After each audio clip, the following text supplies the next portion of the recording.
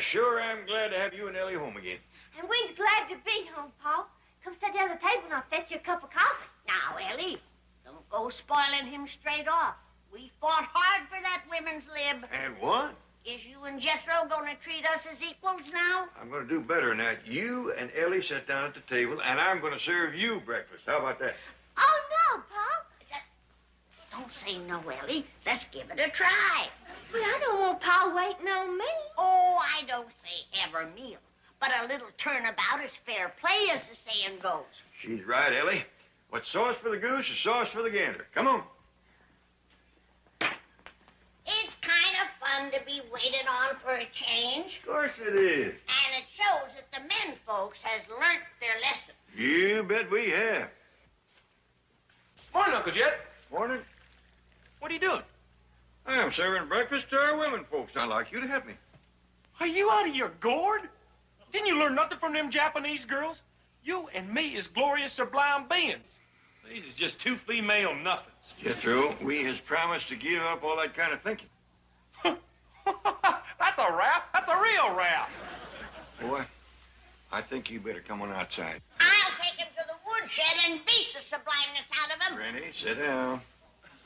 Hey, if that little coolie lays one finger on my radiance, I'll have her tied to a kabuki and dragged right on through the Zen. Jethro, come on outside. It'll be good for your headache. Headache? I ain't got no headache. Just keep messing with Granny. Paragraph 6. Each girl's salary shall be linked to the cost of living index. I'm through. I'll have to close the bank. Paragraph 7. No girl shall receive less than the federal minimum hourly wage. That does it. I'm wiped out. Paragraph 8. Don't bother to read anymore. I'm not going to sign that contract. You signed it yesterday. I did? In the presence of 12 witnesses. Well, I'll take you to court and break it. Well, you may certainly try, but let me read you paragraph 8. Paragraph 8. In case of litigation, all legal costs will be paid by Mr. Drysdale. Let's hear paragraph 9. Paragraph 9. Mr. Drysdale will pay for repairs to Helen Thompson's automobile. That's ridiculous. That's extortion. Pay your own garage bills. But you were the one that demolished my car. I never touched it. You ordered your bodyguard, that karate expert, to demolish it. Me? She's right, Chief. I remember vividly we were staging a peaceful demonstration in front of the bank. My car! He demolished it! Okay, so he dented your car. Dented it? Here's a couple of bucks. Have it fixed. Chief, Helen's car was broken in two by that monster. It was probably ready to fall apart anyway. Come in. Bonsai, am I glad to see you. These two bullies are trying to force me to honor an illegal contract. Take it away from them. Don't get violent. Here. Come on, Miss Hathaway, quickly! You'll regret this, Chief. Nice work, Bonsai. Now let's have the contract. As soon as we settle business. What business? Please to sit down and we talk. I don't have time to talk. I'm a busy man. Please, very important we talk. I told you I'm too busy. Please. Let's talk. What can I do for you, Bonsai? You can fly 3 new girls from Japan for my household. Well, you already have 3 girls. There's Miko and the other 2. They're wonderful. No longer wonderful. Spoiled by woman's lib. Miko already leave. Well, it's not my fault. I think so. You hire Banzai to frighten your woman. Banzai bring his woman. They learn from your woman. Your fault. You pay for new woman. Now, look, if anybody's going to do any paying around here, it's you. Me? What for? Well, you broke my coffee table. That's number 1. You broke Helen's car. That's number 2. You broke the Clampetts bench. That's number 3. You like to be number 4? Now, look, don't try to intimidate me. I'm not flying 3 girls from Japan, and that is that. Perhaps if there were enough of us, we could overpower Bonsai and take our contract away from him.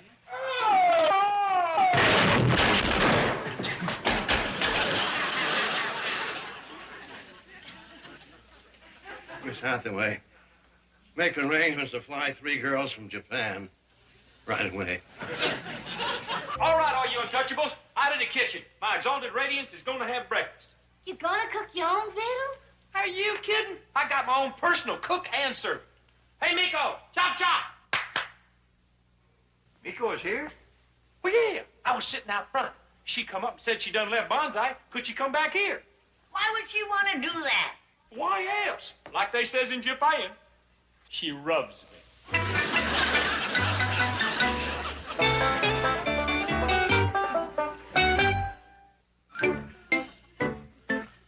Oh, Jethro, you ready to behave yourself? I'll tell you what I'm ready to do. I'm ready to take Miko and run away from home. Can I have my 50 cents allowance in advance? You won't need it, boy. Miko might run from you, but not with you. Are you kidding? That little Japanese cherry blossom is head over heels crazy mad for me. Like I said before, she rubs me. I got news for you. She don't even like you. Forget? I'm gonna have to hear that from her own ruby rips. Might be a good idea.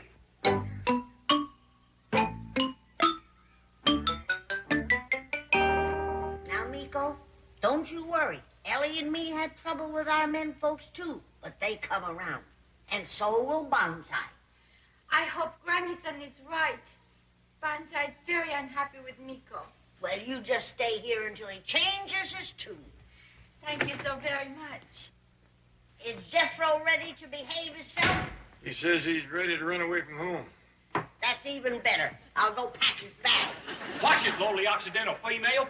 You was mean-mouthing the radiant light of the Orient. Jethro. You watch it too, Round Eyes. Kid, shall we take him to the woodshed and fan his radiant britches? Please, please.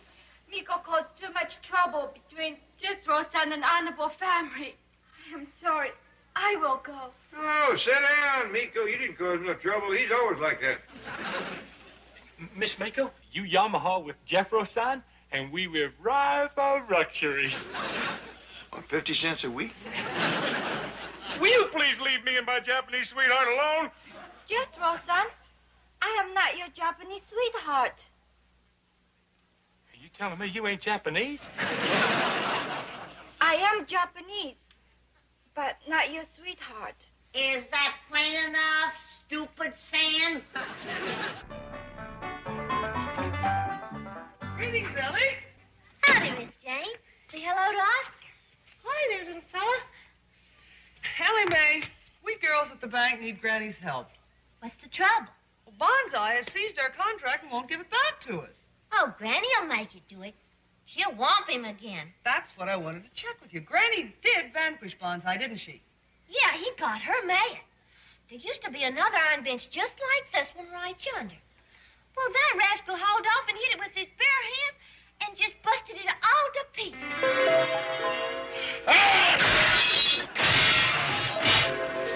What a terrible thing to do. That's what Granny said. Then she lit into him and turned him every way but loose. Who are you talking about, Ellie? Oh, Bonsai. Is that the goomer that busted our bench? And you vanquished him, Granny. Oh, I don't know about that. But I whooped the tar out of him. Well, now he's taken our contract away from us. Would you make him give it back? Of course I will. Where is he? At the bank? Let's go. Hey, where are y'all going? To the bank? Hey, can I catch a lift? Certainly. Hop in. Where are you going? Don't ask him, just let him go. Good luck.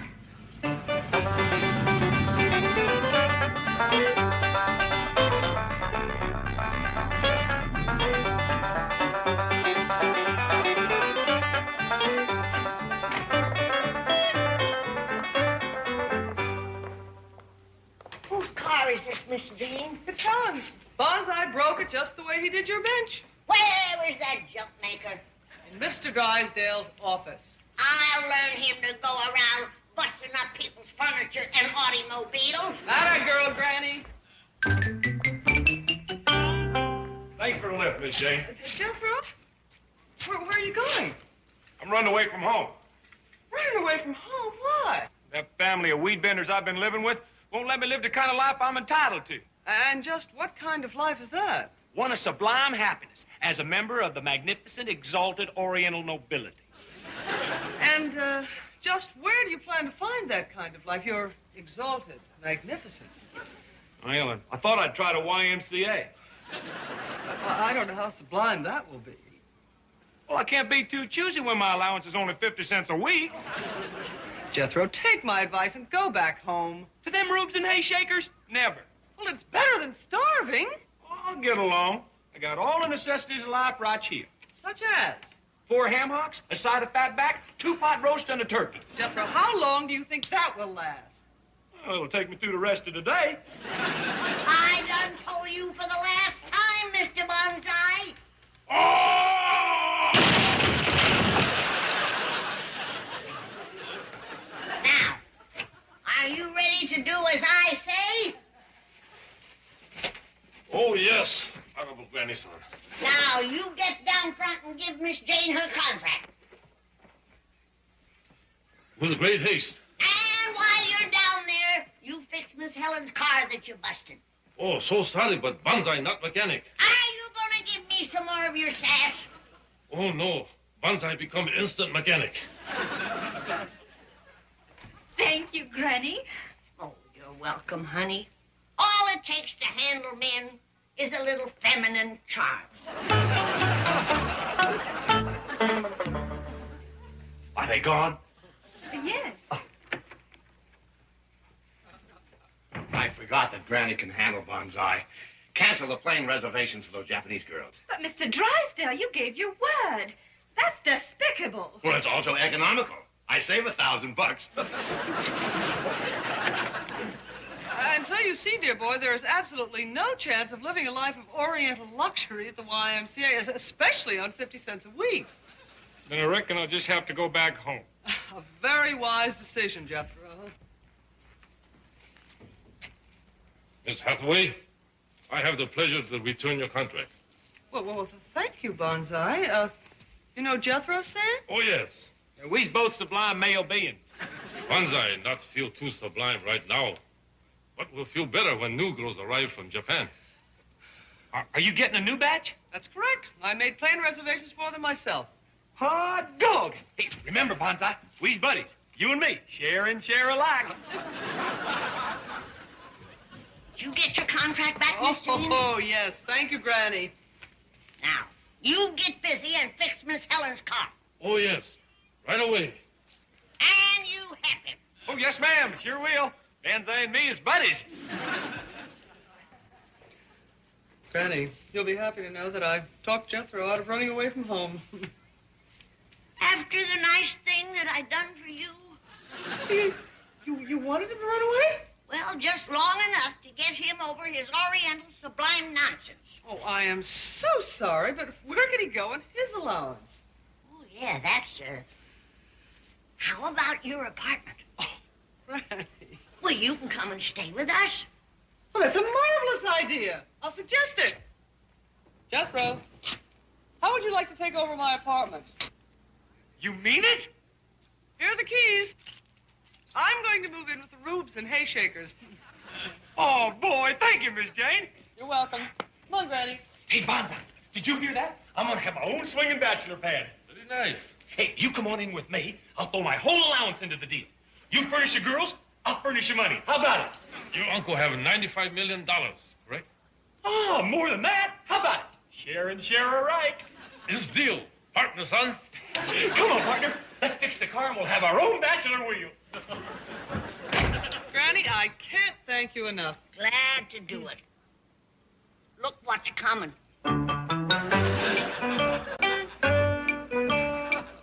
So long. See you later.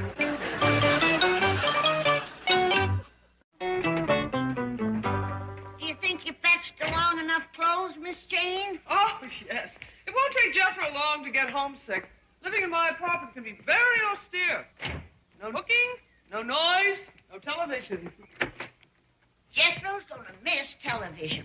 He's been watching Sesame Street quite regular. Really? He's learned pretty near the whole alphabet. Well, which room should I take, Granny? Oh, take your pick. There's a flock of empties up there. Thank you. Jed, are you home? In the parlor, Granny. What's going on in here? Just having a little tea, Granny. You got 2 Japanese girls now.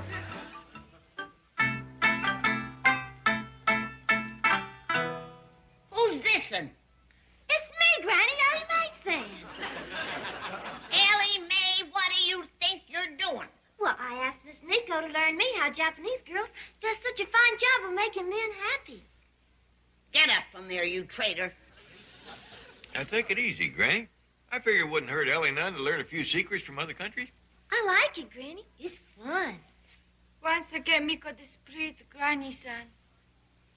So sorry. Oh, I ain't faulting you, honey. It's just that I hate to see men folks get spoiled so rotten. Pa ain't spoiled, Granny. Besides, Granny, like you said, turnabout is fair play. I figured you and Ellie could learn Miss Miko a few things. I would be honored to learn from Granny-san and beautiful granddaughter. Well, I guess there is a couple of secrets we could slip you. You ever cook hog jowls and turnips? No? Fat back and grits? No? Well, how about pig's feet and dandelion greens? No. This poor child ain't never had a decent meal. See, Granny? There's lots of things Miss Miko can learn from you. You too, Ellie. Ain't nobody can handle critters like this girl. Critters? That's animals. Oh. You're right, Jed. There's a lot of things this little girl don't know. I'll even learn her to brew up a good old-fashioned... Hold it, Granny. You ain't gonna learn her to brew that. What's wrong with sassafras tea? Oh, I thought you was gonna say white lightning. I'll learn her that, too. What is white lightning? Well, it's like sake, only with more sock. I like to learn American things. Granny, where are you? In here, Miss Jane. Oh, Granny, I just phoned my apartment. What a lovely picture. Who are these beautiful girls? Hiya, Miko. Oh, Miko, of course. And who is this exquisite child? Is she pretty? This here is... Don't tell her, Pa San. Let's see can she guess. Ellie Mae! What a transformation! You look like a geisha. Oh, shucks. I was trying to look Japanese. Well, indeed you do. What was you saying about phoning your apartment? Oh, yes. Jethro has moved in. Well, how do you like our swinging bachelor pad, huh? This whole thing? Yep, it's all ours. There's not room in here to swing one bachelor. Where we sleep? Don't you worry about that. This right here makes into one bed. There's another one over yonder. Watch this. Oh, babe. This is a good one, too. You can take your choice. Jedro-san, you have money, right? Sure. My whole allowance. Why? Just get bad news. Drysdale not pay to fly girls from Japan. You pay? Heck yeah. How much will it cost? $1,000. Okay, I'll cipher out how long it'll take to get them here. Let's see now. $1,000. That's one, comma, not, dot, not. Now, we throws 50 cents into that. 50 into 100 goes twice. 50 cents into naught is naught. Why you keep saying 50 cents? Well, that's how much I get every week. Well, that's my allowance. And 50 cents into them noughts is naught. It's going to be around 2,000 weeks before we have enough money to throw in.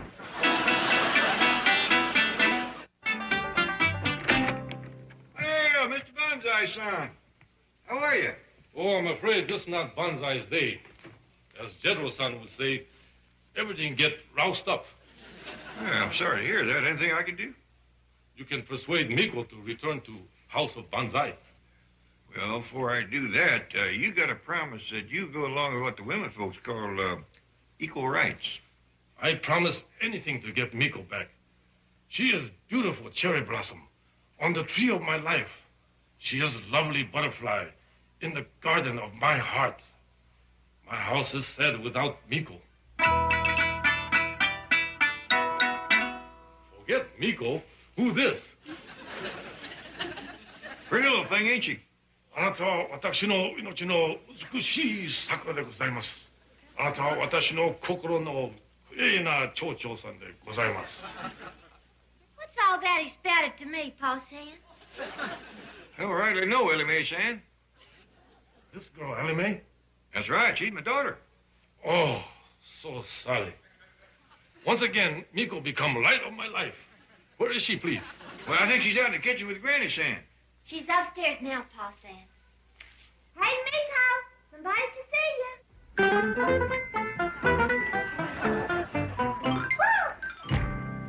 Well, doggies, if it ain't old Banzai. Howdy, y'all. This Miko? Why, it's your partner. How about coming to sit and table with us and eating some victuals? Victuals? Yeah, you know. Fat back and grits, pig's feet and dandelion green, and big old mess of chitlins. Oh, this not Banzai's day. Definitely. Well, come on out the kitchen anyway, Banzai. Maybe Ellie Sand here will fix you one of them meandering ducks.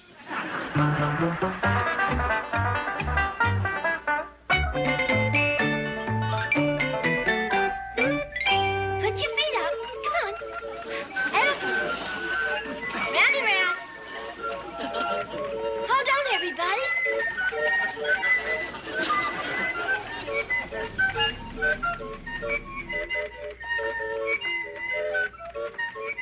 Morning, Ellie. Morning, Miss Jane. How do you like my merry-go-round? Very cunning. Pa built it for my critters. I'm learning them how to use it. You have the most amazing talent for handling animals, Ellie Mae. Let's sit down. I want to talk to you about a job. Well, I gotta be honest with you, Miss Jane. It's lots of fun, but it ain't much money. Oh, no. I'm talking about a job at the bank. You got critters that need handling? Only one. The beast of Beverly Hills, Mr. Drysdale. In spite of the fact that we have a written contract, he continues to mistreat the girls at the bank. Miss Jane, you want me to whoop him for you? Well, I don't think that'll be necessary. Your very presence among us will ensure proper treatment for all. Morning, Miss Jane. Morning, Mr. Clampett. Guess what, Pa? Miss Jane offered me a job down to the bank. Doing what? Well, I don't know. Well, actually, she'll work as a secretary. You know how to typewrite and such, Ellie? Well, no, sir. Well, we will give her on-the-job training, Mr. Clampett. Oh, good morning, Miss Jane. Morning, Granny. Should I put on a dress, Miss Jane? Oh, I think so, Ellie. I'm going to work in an office down to the bank. Good. Trouble is, Ellie ain't had no experience as a secretary. Oh, I can learn her everything that she needs to know in 5 minutes. You, Granny? Sure. There's only 3 things.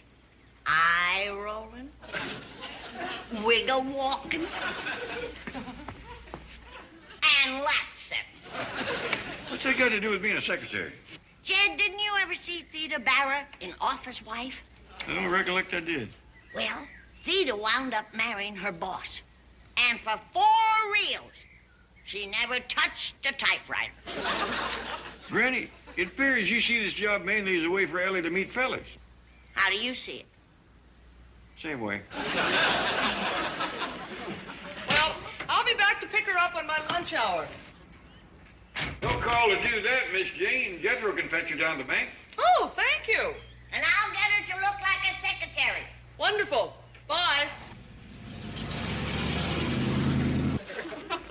I wonder how Mr. Clampett feels about his only daughter becoming a working girl. Oh, he's all in favor of it. So's Granny. They see it as an opportunity for Ellie to attract a man. I hope she attracts 2. I think 3 would be nice. Gee, I hope she doesn't wear those blue jeans. Well, there's no danger of that.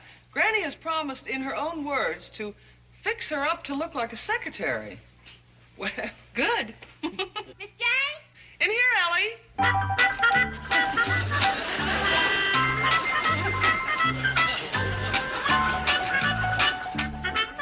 Howdy, y'all. Is that you, Ellie? Sure is. Where did you get that outfit? Aunt Pearl left a whole trunk full of clothes like this at our house. It's right out of the 20s. Yes, she's a complete anachronism. How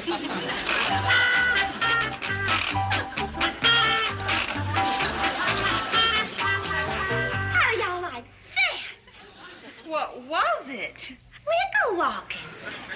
Did Granny teach you that? Yes, ma'am. And eye rolling and lap setting.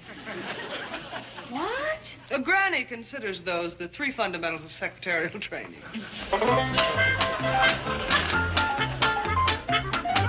What's going on in here? Who's this floozy? Chief, this girl is not a floozy. Well, please tell me what she is. She is the new girl for the secretarial pool. Dressed like that? Are you out of your mind? Get this nut out of here. She's stoned. Chief, I beseech you, be careful what you say to this young lady. Young lady? She looks like a reject from a Rudolph Valentino movie. And a bad one. Mr. Drysdale, you're going to regret speaking in this manner. Are you going to throw her out or am I? Oh, no, Chief, I think... Okay, that's it. Out, out, out. And stay out. All right, but Granny ain't gonna like what you said, and Pa ain't gonna like what you've done. Big deal. I've heard that voice before. You certainly have. That wasn't... It certainly was. Oh, no!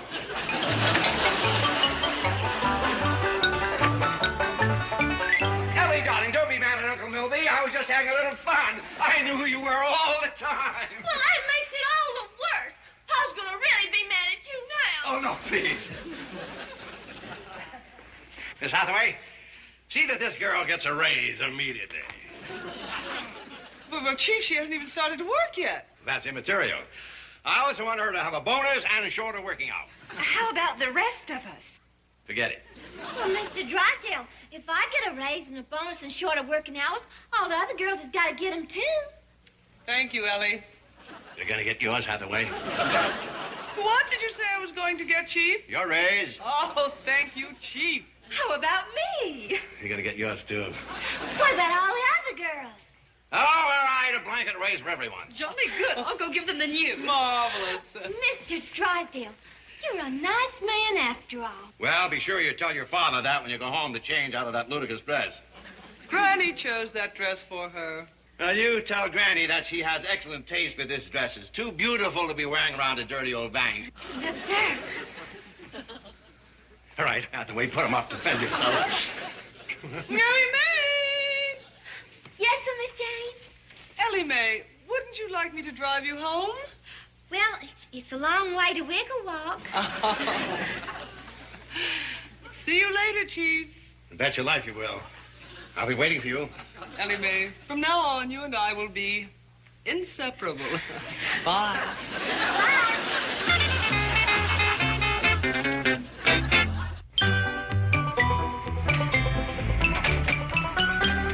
Howdy, ma'am. Howdy, Pa. Ellie Mae, Yes, sir. look at you got shit up like that. Granny, but Mr. Drysdale wants me to change. Oh, good, good. Oh, sit down, Miss Jane. Thank you, Mr. Claver. Oh, I'm sorry she showed up at the bank looking like that. All's well that ends well. I sure hope she meets some fellas now that she's a working girl. So do I, but I'm afraid this mansion somewhat destroys the image of a working girl. What you mean? Any man who courts Ellie Mae Clampett is certain to be called a fortune hunter, after her for her money. It's something I've been meaning to mention for some time, but frankly, I don't have a solution. Granny and Ellie seemed right took with that apartment of yours. You reckon there's another one in the same building? Well, I'm afraid there are no vacancies now, but if you like, she can move in with me until one comes up. Wait till you see Ellie. I've changed her from head to toe. Oh, thank you, Granny.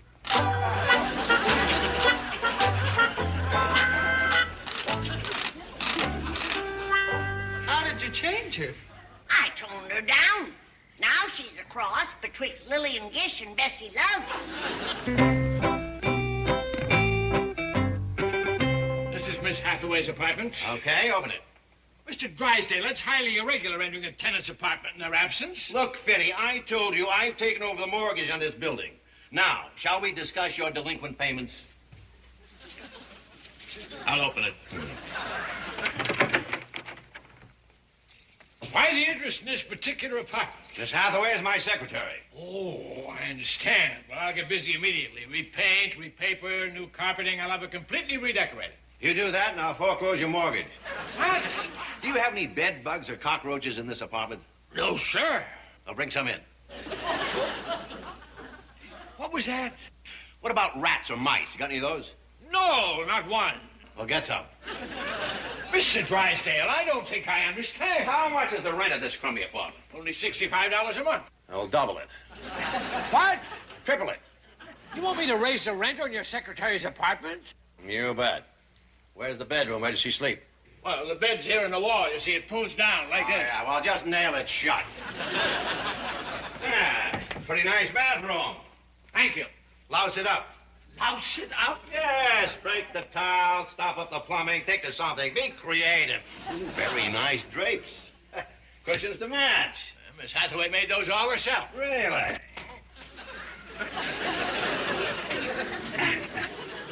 Mr. Drysdale, that's one destruction of personal property. Those furnishings all belong to Miss Hathaway. This hers?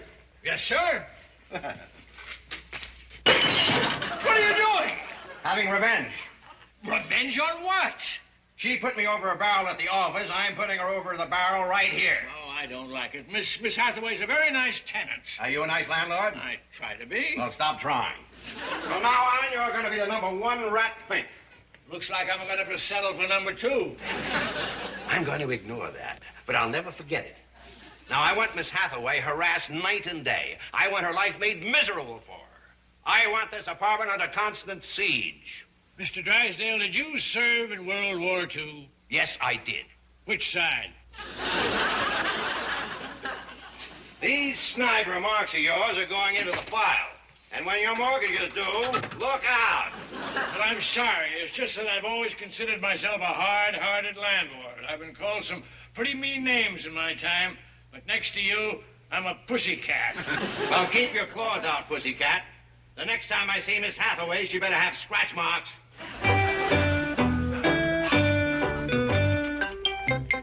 Well, here we are. Well, looks like you got yourself a cozy little place here, Miss Jane. Well, I'm sorry it's not larger. Well, as long as it's comfortable. Got dandy beds, Paul. Well, show me to the bedroom and I'll put your things there. Well, this is it, Mr. Clampett. This sofa makes into a bed, and then there's another bed over here that folds down out of the wall. Seems to be stuck. Well, maybe I can unstick it for you.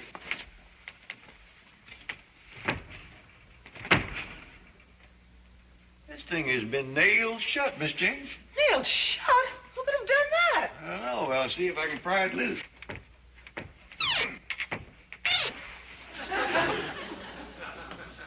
Looky here, Miss Jane. Somebody's done busted your pretty vase. What in the world has been going on here? And my window seat cushion's missing. What? It's down in the alley. Miss Jane, feels like somebody's been in here making mischief. Vandals. Well, I'm going to go down the alley and get my window cushion before it disappears. Want me to fetch it? No, thanks, Ellie. You unpack and hang your things in the bathroom. You hang your things in the bathroom, Ellie? Oh, yes, sir, Paul. Miss Jane ain't got no closet. Oh, my goodness. Something wrong? Yes, sir. The sink's all stopped up, the faucet's dripping, and there's water all over the floor. Ellie? Appears like this ain't quite the place you and Granny bragged it up to be. Well, I think I can sop up most of the water.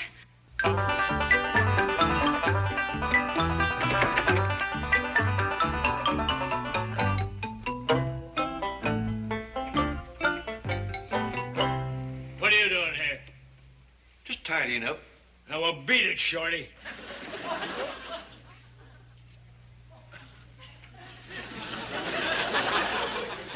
The name is Jen. Excuse my rudeness, but you see, you look like a vagrant. No, sir, I'm a Clampett. Glad to meet you.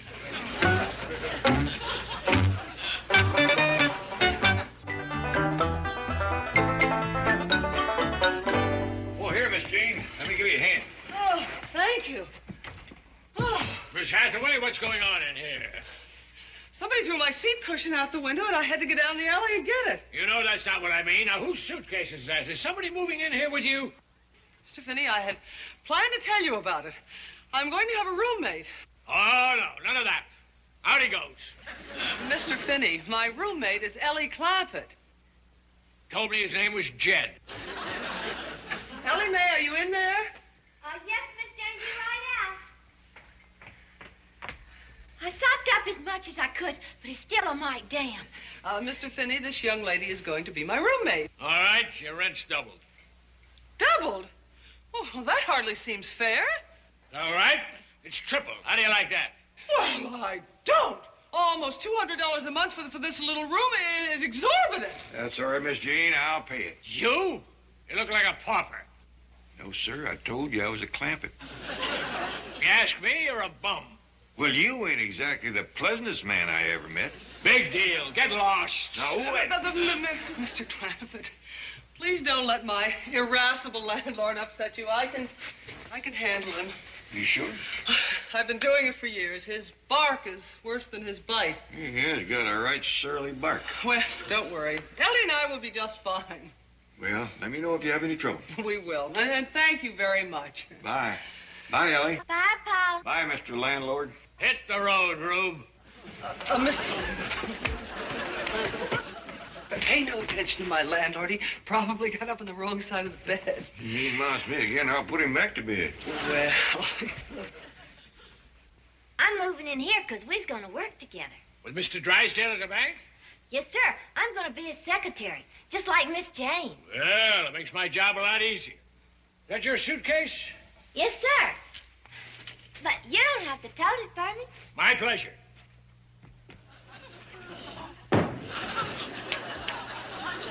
Well, you two getting acquainted? Miss Jane, he throwed my suitcase out the window.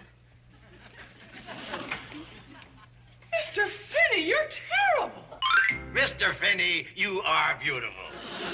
You shut off the heat? The water? Hid the blankets? Finney, you are my kind of landlord. Now keep up the good work and I'll cut your interest rates. Bye. I'll teach her to fool around with Milburn Drysdale. Jethro, how quick can you drive me over to Miss Jane's apartment? Well, I'm just about to commence lunch. I'll drive you over quick as I'm through eating. Well, I'd like to get there before dark. Something wrong over to Miss Jane's, Jed? Yeah, Granny, things ain't as shipshape as you remember 'em. There's a few little repair jobs to be done. What do you think you're doing? I'm sniffing your spoon. He's cooking my favorite thing, What's that? food. Granny, I'm kind of in a hurry to get over there. I got an idea. Let's take the stew along and feed Miss Jane and Ellie, too. Good thinking. My goodness, what's on fire? It smells like feathers. Nutsy here is trying to burn mattress stuffing. Mr. Clampett, if you'll remove the pot, I'll put the brasher in the bathtub and extinguish the flame. We'll clear out. Let's have our stew. Oh, well, we got some bread and stuff and some cold drinks.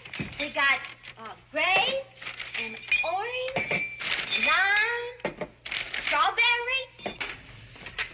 Oh, I am sorry. I don't have enough glasses. Does anybody mind drinking out of the bottle? Shucks, no.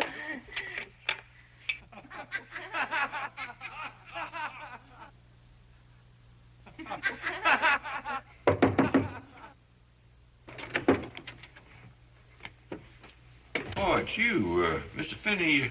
You got any glasses? We all having a drink out of the bottle in there. What's going on in there? Oh, we just having a little stew party. They'd invite you in if you wasn't such unpleasant company. What's all the smoke in there? It's just a mattress burning.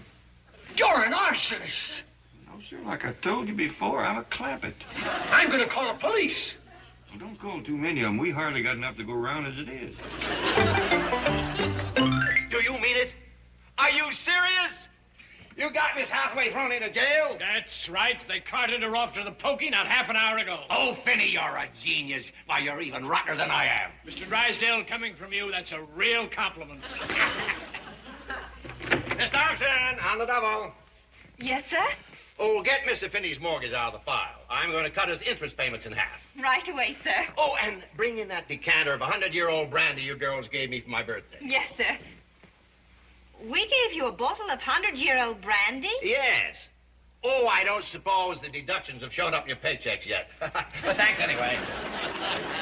Oh, Finney, sit down. Have a cigar. Hey. That's a beauty. Where'd you get these? Foreclosed in a cigar factory. Here you are, sir, and a belated happy birthday. Oh, thank you, Helen. I'll bring Mr. Finney's mortgage in straight off. Yes, we'll just cut the interest in half and I'll sign it. Yes, sir. Well, Finney, here's our little jailbird. Tell me, how did you frame her? Well, I didn't have to. Her roommate got her into trouble. Ah, I didn't know she had one. Yeah, she just moved in today. Police took her away, too. Good. Very pretty blonde girl. Works for you, one of your secretaries. Really? Let's see. Well, it couldn't be Helen. No, sounded like that. Ellen, Nellie. Ellie, that's it. Ellie? Yeah, father's a big, tall hick with a mustache named Clampett. Police took the whole family away. Granny, big, stupid-looking nephew. Here's Mr. Finney's mortgage. I cut the interest in half. Well, take it back and double it. Double it? Then triple it. Triple it? Then foreclose it. What's going on here? I hope you have enough money to cover their bail.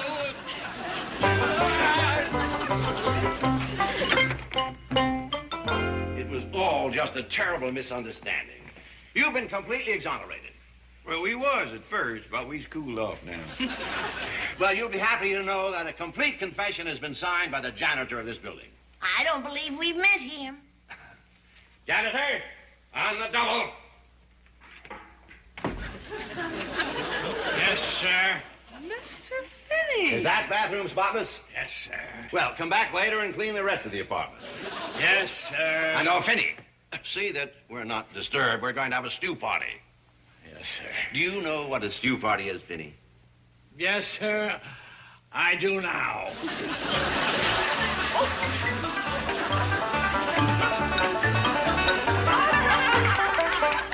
The morning light filtered through the curtains of the grand mansion, casting long, golden shadows across the polished floorboards. Jed Clampett sat at the head of the heavy oak table, a wide, contented smile stretching across his face. Beside him, Granny looked as sprightly as ever, her apron crisp and clean, while Ellie Mae bustled about with a cheerful hum. It was a good morning, a morning that felt like a fresh beginning. "Good morning, Ellie, honey," Jed said, his voice warm and resonant. "Good morning, Jed," she replied, setting a steaming plate down before him. "Granny, I sure am glad to have you and Ellie home again," Jed continued, his eyes crinkling at the corners. "And we are glad to be home, Pop," Granny chirped, though her tone held that characteristic spark of mischief. "Come sit down at the table, and I will fetch you a cup of coffee." "Now, Ellie, don't go spoiling him straight off," Granny added, waving a finger. "We fought hard for that women's liberation movement, and do not you forget it. And what? Is you and Jethro going to treat us as equals now?" "I am going to do better than that," Jed promised, standing up with a gentle grace. "You and Ellie sit down at the table, and I am going to serve you breakfast. How about that?" "Oh, no, Pop," Ellie laughed, shaking her head. "Don't say no, Ellie," Jed insisted, his expression earnest. "Let us give it a try." "But I do not want Pop waiting on me," she protested softly. "Oh, I do not say have a meal every single day like this," Jed explained. "But a little turnabout is fair play, as the saying goes." "She is right," Ellie, Granny chimed in, nodding sagely. "What is sauce for the goose is sauce for the gander." "Come on," Jed urged. "It is kind of fun to be waiting on for a change." "Of course it is," Granny agreed, smoothing her apron. "And it shows that the men folks have learned their lesson." "You bet we have," Jed affirmed, just as Jethro wandered into the room, looking sleepily confused. "Morning, Uncle Jed," Jethro muttered. "Morning, Jethro," Jed replied. "What are you doing?" "I am serving breakfast to our women folks. I would like you to help me." "Are you out of your gourd?" Jethro asked, his eyes widening. "Didn't you learn nothing from them Japanese girls? You and me are glorious sublime beings. These are just two female nothings." "Jethro, we have promised to give up all that kind of thinking," Jed said firmly, though his patience remained intact. "That is a wrap, Jethro," Granny warned, her voice dropping to a dangerous, low pitch. That is a real rap. Boy, I think you better come on outside. I will take him to the woodshed and beat the sublimeness out of him.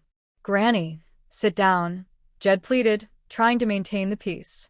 Hey, if that little coolie lays one finger on my radiance, I will have her tied to a kabuki and dragged right on through to Zen, Jethro shouted, retreating toward the door.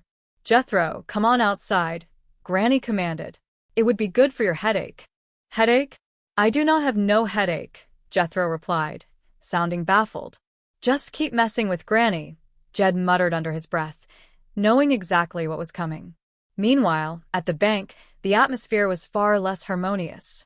Mr. Drysdale was hunched over his desk, reading a legal document with increasing horror. Paragraph 6, he read aloud. Each girl's salary shall be linked to the cost of living index. I am through. I will have to close the bank. Paragraph 7. No girl shall receive less than the federal minimum hourly wage. That does it. I am wiped out. Paragraph 8, Miss Hathaway prompted, standing nearby with a clipboard. Don't bother to read anymore, Mr. Drysdale snapped. I am not going to sign that contract. You signed it yesterday, she reminded him coolly. I did? In the presence of 12 witnesses, he realized with a sinking heart. Well, I will take it to court and break it, he declared, standing up. Well, you may certainly try, Miss Hathaway said. But let me read you paragraph 8. Paragraph 8. In case of litigation, all legal costs will be paid by Mr. Drysdale. Let's hear paragraph 9, he mumbled, defeated. Paragraph 9, she continued. Mr. Drysdale will pay for repairs to Helen Thompson's automobile. That is ridiculous, Mr. Drysdale cried. That is extortion. Pay your own garage bill. But you were the one that demolished my car, Helen Thompson said, stepping into the office with a look of stern resolve. I never touched it, he stammered. You ordered your bodyguard, that karate expert, to demolish it? Me? She's right, Chief, the bodyguard said, stepping forward. I remember vividly we were staging a peaceful demonstration in front of the bank. My car. He demolished it. Okay, so he dented your car, Mr. Drysdale tried to bargain. Dented it? Here is a couple of bucks. Have it fixed. Chief, Helen's car was broken in two by that monster. The bodyguard corrected him. It was probably ready to fall apart anyway, Mr. Drysdale muttered. Bonsai, am I glad to see you? The banker cried as the martial arts expert entered. These two bullies are trying to force me to honor an illegal contract. Take it away from them. Don't get violent, Miss Hathaway warned. Come on, Miss Hathaway, quickly, Mr. Drysdale urged, hiding behind his desk. You will regret this, Chief, the bodyguard said. Nice work, Bonsai, Mr. Drysdale exhaled. Now, let's have the contract. As soon as we settle business, Bonsai said, his face impassive. What business? Sit down and we will talk, Mr. Drysdale said, trying to regain his composure. I do not have time to talk. I am a busy man, the banker insisted. Please, Bonsai said, bowing slightly.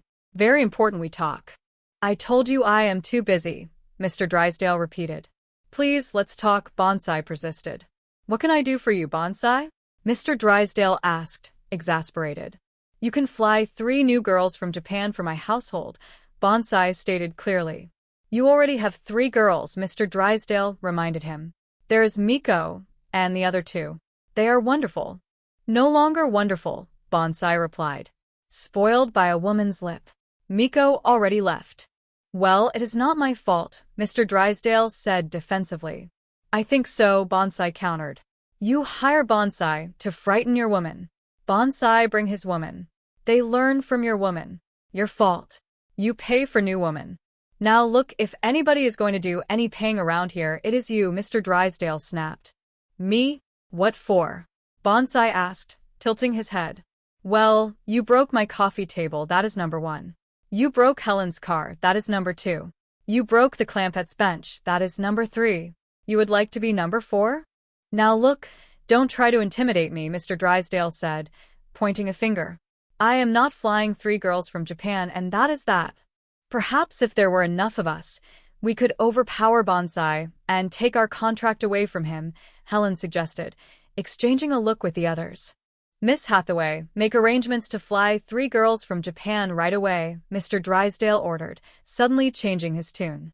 Back at the mansion, the scene was chaotic. All right, all you untouchables, out of the kitchen, Jethro commanded, puffing out his chest. My exalted radiance is going to have breakfast. You going to cook your own veal? Ellie asked, arched an eyebrow. Are you kidding? I got my own personal cook and server, Jethro replied, gesturing grandly. Hey, Miko, chop chop. Miko is here? Jed asked, appearing in the doorway. Well, yeah, Jethro explained. I was sitting out front. She came up and said she done left Bonsai. Could she come back here? Why would she want to do that? Jed asked, genuinely curious. Why else? Like they says in Japan, she rubs me, Jethro said with a grin. Well, Jethro, you ready to behave yourself? Jed asked. I will tell you what I am ready to do, Jethro declared. I am ready to take Miko and run away from home. Can I have my 50 cents allowance in advance? You will not need it, boy, Jed said with a sigh. Miko might run from you, but not with you. Are you kidding? That little Japanese cherry blossom is head over heels crazy mad for me, Jethro insisted. Like I said before, she rubs me. I got news for you, Jed said, shaking his head. She does not even like you. Jeth, I am going to have to hear that from her own ruby ribs, Jethro said, crossing his arms. Might be a good idea, Jed conceded. Now, Miko, don't you worry, Granny said, patting the young woman's hand. Ellie and me had trouble with our men folks, too. But they come around. And so will Bonsai. I hope Granny's son is right, Miko whispered. Bonsai is very unhappy with Miko. Well, you just stay here until he changes his tune, Granny encouraged her. Thank you so very much, Miko said, bowing deeply. Is Jethro ready to behave himself? Granny asked, turning to Jed. He says he is ready to run away from home, Jed reported. That is even better, Granny said with a smirk. I will go pack his bag. Watch it, lowly Occidental female, Jethro warned as Granny walked past. You is mean-mouthing the radiant light of the Orient. Jethro, Jed cautioned. You watch it, too, round eyes, Jethro said to Miko, trying to sound imposing. Jeth, shall we take him to the woodshed and fan his radiant britches? Granny asked, grabbing a wooden spoon. Please, please, Miko said, looking distressed. Miko caused too much trouble between Jethro's son and honorable family. I am sorry. I will go. No, sit down, Miko, Jed said, pulling out a chair. You didn't cause enough trouble. He is always like that, Miss Hathaway said, entering the kitchen with a sigh. Miss Miko, you Yamaha with Jethro's son, and we with rival luxury. On 50 cents a week? Jed asked, trying to stifle a laugh. Will you please leave me and my Japanese sweetheart alone? Jethro pleaded. Jethro's son, I am not your Japanese sweetheart, Miko said clearly. Are you telling me you are not Japanese? Jethro asked, confused. I am Japanese, but not your sweetheart, she clarified. Is that plain enough, stupid Sam? Greetings, Ellie, Miss Hathaway said, turning her attention to the girl. Howdy, Miss Jane, Ellie replied. Say hello to Oscar. Hi there, little fella, Miss Jane said, looking at the dog. Ellie Mae, we girls at the bank need Granny's help. What is the trouble? Ellie asked. Bonsai has seized our contract and will not give it back to us, Miss Hathaway explained. Oh, Granny will make you do it, Ellie promised. She will whomp him again. That is what I wanted to check with you, Miss Hathaway said.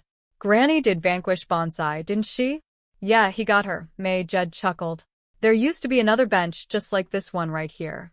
Well, that rascal hauled off and hit it with his bare hands and just busted it all to pieces. What a terrible thing to do, Miss Hathaway gasped. That is what Granny said, Jed continued. And she led him and turned him every way but loose. Who are you talking about, Ellie? Miss Hathaway asked. Oh, Bonsai, Ellie replied. Is that the goon mare that busted our bench? Granny asked, her eyes narrowing. And you vanquished him, Granny. I do not know about that, Granny said modestly. But I hooped the tar out of him. Well, now he has taken our contract away from us, Miss Hathaway said. Would you make him give it back? Of course I will, Granny declared. Where is he? At the bank, Miss Hathaway said. Let's go, Granny said, grabbing her shawl. Hey, where are you all going? Jethro asked. To the bank, Granny replied. Can I catch a lift? Jethro asked. Certainly, Jed said. Hop in. Where are you going? Jethro asked as they climbed into the truck. Don't ask him, just let him go, Granny advised. Good luck, Miss Hathaway called out. Whose car is this, Miss Dean? Jethro asked, looking at the damaged vehicle. Bonsai broke it just the way he did your bench, Miss Hathaway explained. Where is that jump-maker? Granny demanded. In Mr. Drysdale's office, Miss Hathaway said. I will learn him to go around busting up people's furniture and automobiles, Granny muttered, marching toward the door. Atta girl, Granny, Miss Hathaway cheered. Thanks for the lift, Miss Jane, Jed said, tipping his hat. Jethro, where are you going? Miss Hathaway asked, noticing him walking away. I am running away from home, Jethro announced. Running away from home? Why? She asked, playing along. That family of weed benders I have been living with will not let me live the kind of life I am entitled to, Jethro explained. And just what kind of life is that? She asked. One of sublime happiness, as a member of the magnificent, exalted Oriental nobility, Jethro declared. And just where do you plan to find that kind of life, your exalted magnificence? She asked with a sly smile. I thought I would try the Young Men's Christian Association, Jethro said. I do not know how sublime that will be, she remarked. Well, I cannot be too choosy when my allowance is only 50 cents a week, Jethro admitted. Jethro, take my advice and go back home, she urged. To them rubes and hay shakers? Never, Jethro cried. Well, it is better than starving, she pointed out. I will get along, Jethro insisted. I got all the necessities of life right here. Such as? She asked. For ham hocks, a side of fatback, 2 pot roast, and a turkey, Jethro listed, patting his bag. Jethro, how long do you think that will last? She asked. It will take me through the rest of the day, Jethro said, looking proud. Inside the office, Granny stood before Bonsai, her fists on her hips. I done told you for the last time, Mr. Bonsai, she said. Are you ready to do as I say? Oh, yes, Bonsai whispered, looking nervous. Now you get down front and give Miss Jane her contract, she ordered, with great haste. And while you are down there, you fix Miss Helen's car that you busted. Oh, so sorry, but Bonsai not mechanic, the man stammered. Are you going to give me some more of your sass? Granny asked, stepping closer. Oh no, Bonsai replied, backing away. Bonsai become instant mechanic. Thank you, Granny, Miss Hathaway said with relief. Oh, you are welcome, honey, Granny said with a wink. All it takes to handle men is a little feminine charm. Are they gone? Mr. Drysdale asked, peeking out from under his desk. Yes, Miss Hathaway replied. I forgot that Granny can handle Bonsai, Mr. Drysdale said, adjusting his tie. Cancel the plane reservations for those Japanese girls. But, Mr. Drysdale, you gave your word, Miss Hathaway reminded him. That is despicable. Well, it is also economical, he said with a grin. I save $1,000.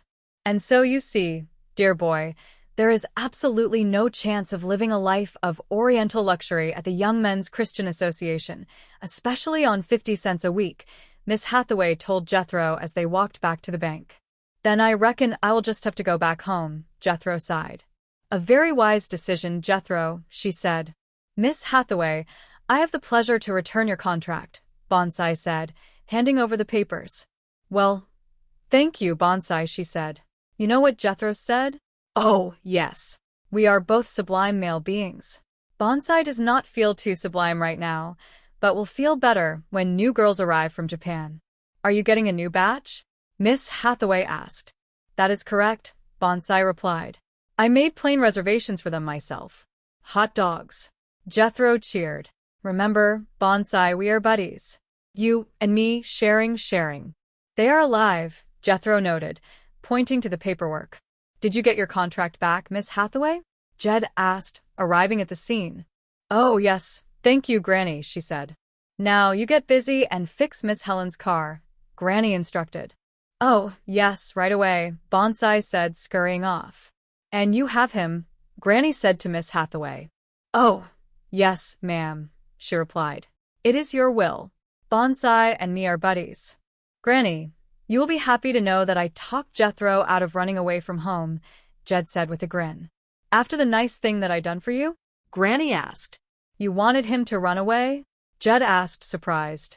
Well, just long enough to get him over his Oriental sublime nonsense, Granny chuckled. Oh, I am so sorry, but where could he go on his allowance? Jed wondered. Oh, yeah, that is a problem, Granny agreed. How about your apartment? Oh, Granny, Miss Hathaway gasped. Well, you can come and stay with us, Granny suggested.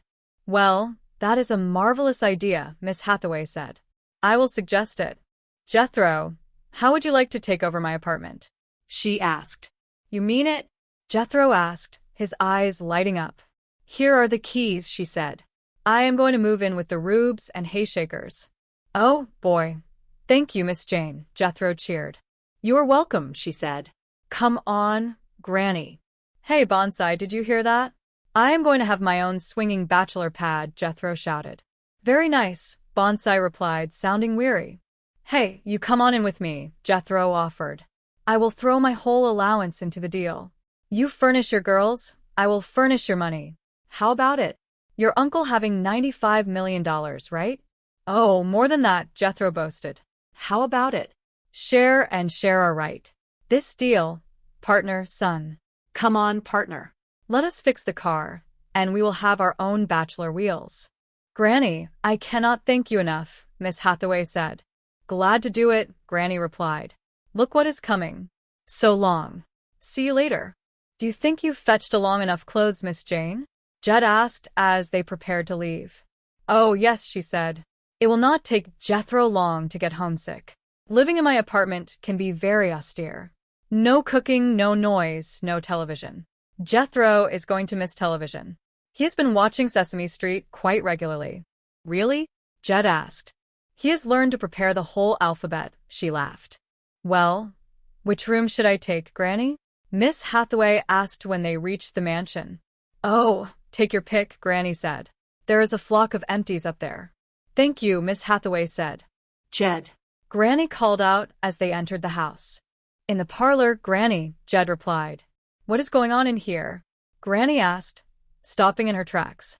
Just having a little tea, Granny, Jed said. You got two Japanese girls now, Granny noted. Listen, it is me, Granny, Ellie Mae said, stepping out from behind a screen. Ellie Mae, what do you think you are doing? Granny demanded. Well, I asked Miss Miko to learn me how Japanese girls does such a fine job of making men happy, Ellie Mae explained. Get up from there, you traitor, Granny ordered. Now, take it easy, Granny, Jed said, stepping in. I figure it would not hurt Ellie none to learn a few secrets from other countries. I like it, Granny, Ellie Mae said. It is fun. Once again, Miko displeased Granny. Son, Miko whispered. So sorry. Oh, I ain't faulting you, honey, Granny said, her voice softening. It is just that I hate to see men folks get spoiled so rotten. Pop ain't spoiled, Granny, Ellie Mae said.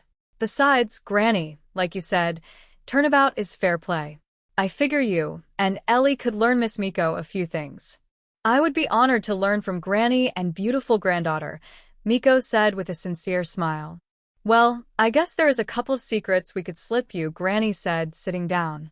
You ever cook hog jowls and turnips? No, Miko replied. Fatback and grits? Granny asked. No, she shook her head. Well, how about pig's feet and dandelion greens? Granny persisted. No, Miko said again. This poor child ain't never had a decent meal, Granny declared. See, Granny? Jed said. There is lots of things Miss Miko can learn from you. You too, Ellie, Granny said, turning to her granddaughter. Ain't nobody can handle critters like this girl. Critters? That is animals, Miko asked. Oh, you are right, Jed laughed. There is a lot of things this little girl does not know. I will even learn her to brew up a good old-fashioned. Granny started, but stopped. Hold it, Granny, Jed warned. You ain't going to learn her to brew that. What is wrong with sassafras tea? Granny asked, looking innocent. Oh, I thought you was going to say white lightning, Jed replied. I will learn her that too, Granny said, her eyes twinkling. What is white lightning? Miko asked. Well, it is like sake, only with more sake, Jed explained. I like to learn American things, Miko said enthusiastically. Granny, where are you? Miss Hathaway asked, entering the room. In here, Miss Jane, Granny replied. Oh, Granny, I just phoned my apartment, Miss Hathaway said. What a lovely picture. Who are these beautiful girls? I am Miko, the girl replied. Oh, Miko, of course, Miss Hathaway said. And who is this exquisite child? Is she pretty? This here is. Don't tell her. Ellie Mae whispered to Miko. Let us see, can she guess? Ellie Mae, what a transformation. Miss Hathaway gasped. You look like a geisha. Oh, shucks, Ellie Mae giggled. I was trying to look Japanese. Well, indeed you do, Miss Hathaway complimented her. What was you saying about phoning your apartment? Oh, yes, Jethro has moved in, she said. Well, how do you like our swinging bachelor bed, huh? Jethro asked, entering with bonsai. This whole thing? Miss Hathaway asked. Yep, it is all ours, Jethro declared. There's not room in here to swing one bachelor, Miss Hathaway noted. Where will we sleep? Don't you worry about that, Jethro said. This right here makes into one bed, makes another one over yonder. Watch this. Whoopee. This is a good one, too. You can take your choice. Jethro, you have money, right? Miko asked. Sure, my whole allowance, Jethro replied. Why? Just got bad news, she said. Drysdale not pay to fly girls from Japan. You pay? Heck yeah, Jethro cried. How much will it cost? $1,000, Miko stated. Okay, I will cipher out how long it will take to get them here, Jethro said, grabbing a pencil. Let us see now. $1,000, that is one, not. Now, it goes 50 cents into that. 50 into 100 goes twice. 50 cents into not is not. Why do you keep saying 50 cents? Miko asked. That is how much I get every week, Jethro explained. That is my allowance. And 50 cents into them, knots is not. It is going to be around 2,000 weeks before we have enough money to throw. Hey, Mr. Bonsai, how are you? Oh, I am afraid this is not Bonsai's day, the man sighed. As General would say, everything gets roused up. I am sorry to hear that, Jethro said. Anything I can do? You can persuade Miko to return to House of Bonsai, the man said. Well, before I do that, you have got to promise that you will go along with what the women folks call equal rights, Jed said firmly. I promise anything to get Miko back, Bonsai agreed quickly. She is beautiful cherry blossom on the tree of my life. She is lovely butterfly in the garden of my heart. My house is sad without Miko. Forget Miko, Jethro said, gesturing to Ellie Mae. Who this? Pretty little thing, ain't she? What is all that he is spatting at to me? Ellie Mae asked Jed. I do not rightly know, Elimai, Jed said, shrugging. This girl, Elimai? Bonsai asked, pointing at her. That is right, she is my daughter, Jed confirmed. Oh, so sorry, Bonsai bowed. Once again, Miko become light of my life. Where is she, please? Well, I think she is out in the kitchen with Granny, Jed said. She is upstairs now, Ellie Mae corrected. Hey, Miko, Jethro called out. So nice to see you. Where are you, doggy? Give me that old bonsai. Howdy, y'all, Granny said, entering the room. This Miko? Why, it is your partner. How about coming to sit at the table with us and eating some fiddles? Fiddles? Miko asked. Yeah, you know, fat back and grits, pig's feet and dandelion greens and big old messy giblets, Granny listed with pride. Oh, this is not Bonsai's day, the man groaned. Definitely, Miss Hathaway agreed. Well, come on out to the kitchen anyway, Bonsai, Granny invited. Maybe Ellie Mae here will fix you one of them meandering ducks. Well, now it is time to say goodbye to Jed and all his kin, Jed said, looking toward the camera. They would like to thank you folks for kindly dropping in. You are all invited back next week to this locality to have a heaping helping of their hospitality. Hilderly, that is, Granny added. Satisfell, take your shoes off, Jed said with a smile. Y'all come back now, you hear? This has been a Film-Wise presentation, the narrator announced as the music swelled. The day ended as it had begun, with the warmth of family and the simple joys of a home that was always welcoming, regardless of how complicated the world outside might become. Jed leaned back, content in the knowledge that while life might bring its share of misunderstandings and challenges, there was nothing that a little patience, a good meal, and the love of kin could not resolve.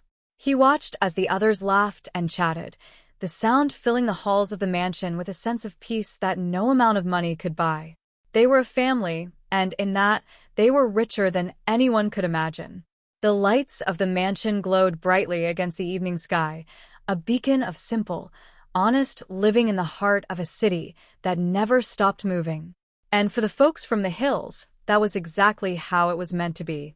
They had learned that whether you are a mountain dweller or a city slicker, the values of respect, kindness, and understanding remain the same. The adventure continued, one day at a time, filled with the promise of tomorrow and the comfort of today. It was a life built on humor, heart, and the unwavering belief that goodness, in the end, always finds its way home. They knew that as long as they had each other, every day would be a blessing, and every challenge would be just another story to tell around the dinner table. And so, the house stood silent in the moonlight, a testament to the enduring spirit of a family that never forgot their roots. They were, in every sense of the word, home, and for the Clampetts, there was no place better. As the stars twinkled above, the mansion seemed to hold its breath, waiting for the new day to bring its own set of surprises, laughs, and lessons. And Jed, resting in his favorite chair, knew that everything was just right. The lessons of the day, the strength of their bond, and the humor they found in the most unexpected places all combined to create a life that was truly worth living. They were not just rich in bank accounts, they were rich in spirit, in laughter, and in the simple, beautiful connections that made them who they were. The story of the Clampetts was not just about the money they had, but about the people they were and the love they shared. It was a story that would continue for generations, a story of the Beverly Hillbillies, forever home. They were, and would always be, a family that showed the world that no matter where you go, you can always take a little bit of the hills with you. And that, in itself, was the greatest fortune of all. As the night deepened, the house was filled with the quiet comfort of contentment. Jed closed his eyes, grateful for the life they had built, the friends they had made, and the laughter that echoed through the rooms. He knew that tomorrow would be a new chapter, another opportunity to live, to love, and to learn. And that was enough. It was more than enough. It was everything. And as the clock ticked away the final moments of the day, there was a sense of profound peace, a feeling that everything was exactly as it should be. The world outside might change, but inside these walls, the spirit of the hills would always remain, strong, resilient, and full of joy. And in the quiet of the night, that was a truly beautiful thing. The journey was long, and sometimes it was winding, but it was their journey, and they walked it together, hand in hand, heart to heart. And that was the secret to it all. It was the love, the understanding, and the unwavering support they gave one another that truly made them rich. And as the sun began to set on another wonderful day, they looked forward to the promise of the next, ready to embrace whatever it might bring with open hearts and a good sense of humor. Because at the end of the day, that is all that really matters. That is the true meaning of home. And that is the story of the Beverly Hillbillies. The morning sun cast a golden glow across the expansive living room of the Clampett mansion in Beverly Hills, where the air was filled with the aromatic promise of a hearty breakfast. Jed Clampett, a man of simple pleasures and honest intentions, stood by the heavy oak table with a broad, welcoming smile on his face. Beside him, Jethro Bodine, his nephew, mirrored his uncle's enthusiasm, though with a slightly confused expression etched upon his youthful features. The atmosphere was one of domestic tranquility, a stark contrast to the usual whirlwind of high society chaos that often surrounded their lives. "Good morning, Ellie, honey," Jed said, his voice resonant and warm as he gestured toward his daughter, who was just entering the room. "Good morning, Pop," she replied, her eyes bright with the morning light. Granny, who was adjusting her apron with a sharp, practiced flick of her wrist, nodded in agreement. "I sure am glad to have you and Ellie home again," Jed continued, pulling out a chair for them. "And we are glad to be home, Pop," Granny added, her voice crackling with the familiar authority she had wielded for decades. "Come sit down at the table, and I will fetch you a cup of coffee." "Now, Ellie, don't go spoiling him straight off," Granny cautioned, raising a finger. "We fought hard for that women's lib, and what? Is you and Jethro going to treat us as equals now?" "I am going to do better than that," Jed promised, his eyes twinkling. "You and Ellie sit down at the table, and I am going to serve you breakfast." How about that?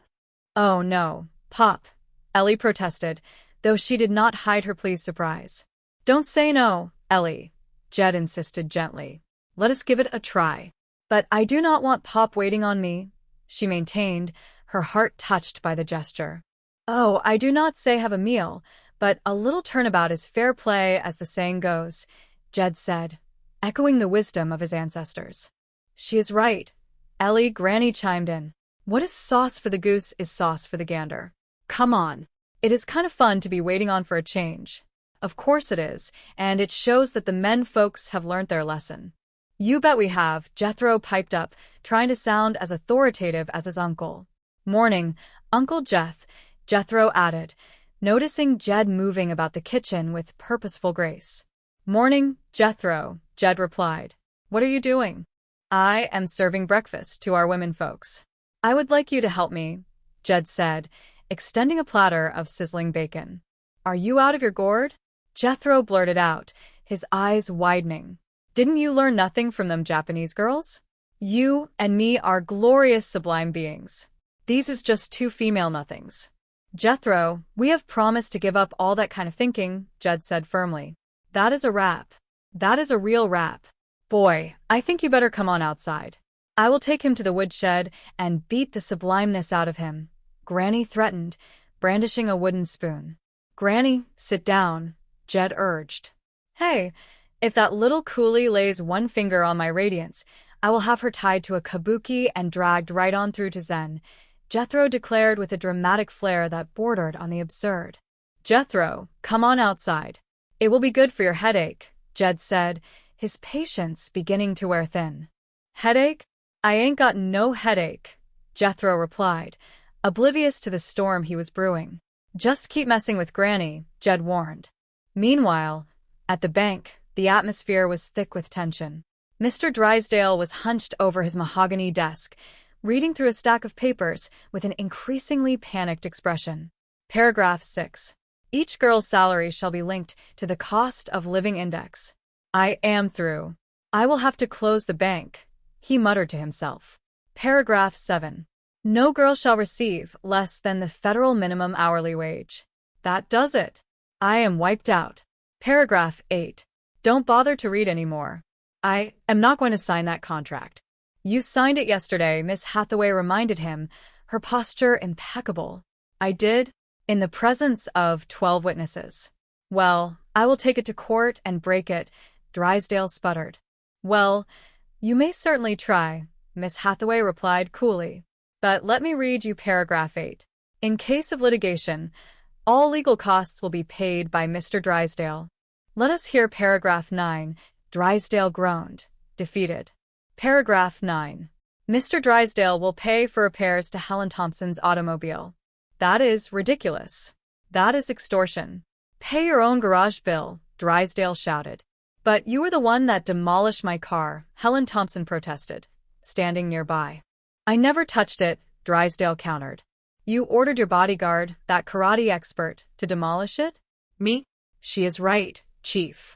I remember vividly we were staging a peaceful demonstration in front of the bank. My car. He demolished it. Okay, so he dented your car, Drysdale conceded. Dented it? Here is a couple of bucks. Have it fixed, he said, tossing a few crumpled bills onto the desk. Chief, Helen's car was broken in two by that monster. The bodyguard corrected him. It was probably ready to fall apart anyway, Drysdale dismissed. Come in. Bonsai, am I glad to see you. These two bullies are trying to force me to honor an illegal contract. Take it away from them, Drysdale pleaded as the martial artist entered. Don't get violent, Miss Hathaway cautioned.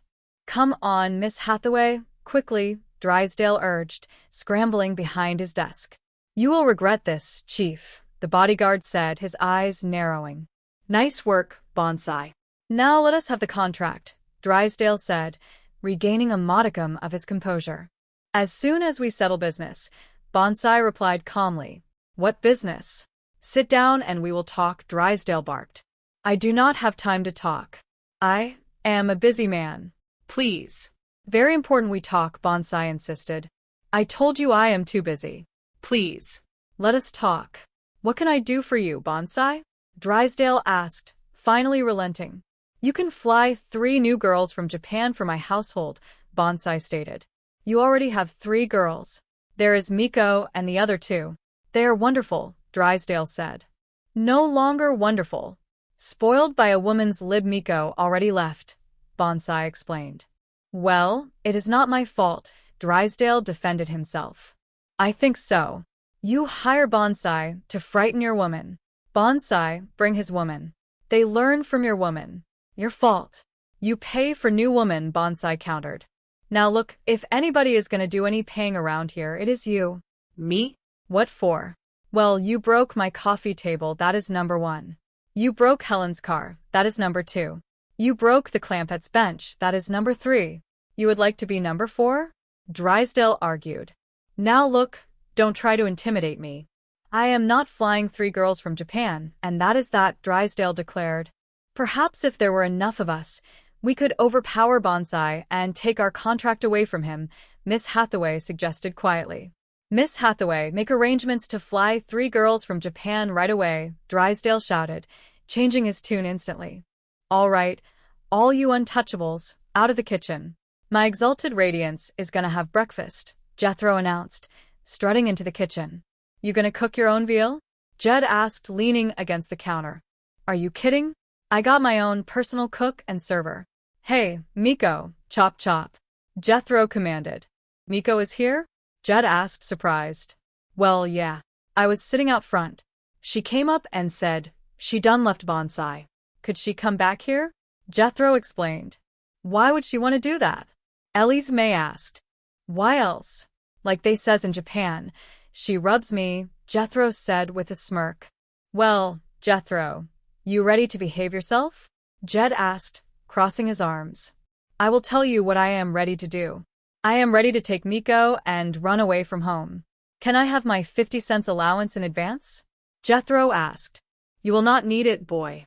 Miko might run from you, but not with you, Granny said, her voice dripping with skepticism. Are you kidding? That little Japanese cherry blossom is head over heels crazy mad for me. Like I said before, she rubs me, Jethro insisted. I got news for you. She do not even like you, Jed said, his voice gentle but firm. Jeth, I'm gonna have to hear that from her own ruby ribs, Jethro declared. Might be a good idea, Jed sighed. Now, Miko, don't you worry. Ellie and me had trouble with our men folks, too. But they come around. And so will Bonsai, Granny assured her. I hope Granny's son is right. Bonsai is very unhappy with Miko, Miko said, her head bowed. Well, you just stay here until he changes his tune, Granny said. Thank you so very much, Miko replied. Is Jethro ready to behave himself? Granny asked. He says he is ready to run away from home, Ellie Mae reported. That is even better. I will go pack his bag, Granny said, her eyes glinting with a mischievous light. Watch it, lowly Occidental female. You is mean-mouthing the radiant light of the Orient, Jethro warned. Jethro, you watch it, too, round eyes, Jethro added. Jeth, shall we take him to the woodshed and fan his radiant breeches? Granny asked, turning to Jed. Please, please. Miko caused too much trouble between Jethro's son and honorable family. I am sorry. I will go, Miko said, rising from her chair. No, sit down, Miko. You did not cause enough trouble. He is always like that, Granny commanded. Miss Miko, you Yamaha with Jethro's son, and we with rival luxury. On 50 cents a week? Jethro asked confused. Will you please leave me and my Japanese sweetheart alone? Jethro pleaded. Jethro-san, I am not your Japanese sweetheart, Miko corrected him. Are you telling me you ain't Japanese? Jethro asked, his face falling. I am Japanese, but not your sweetheart. Is that plain enough, stupid Sam? Miko asked, her voice sharp. Greetings, Ellie, Miss Hathaway said, entering the kitchen with Oscar, the chimpanzee. Howdy, Miss Jane. Say hello to Oscar, Ellie Mae said, smiling at the animal. Hi there, little fella, Miss Hathaway said, patting the chimp. Ellie Mae, we girls at the bank need Granny's help, Miss Hathaway said, her voice filled with urgency. What is the trouble? Ellie Mae asked.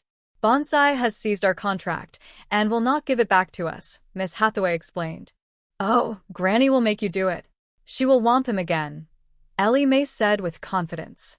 That is what I wanted to check with you. Granny did vanquish Bonsai, did she not? Miss Hathaway asked. Yeah, he got her, Mae. There used to be another one on bench,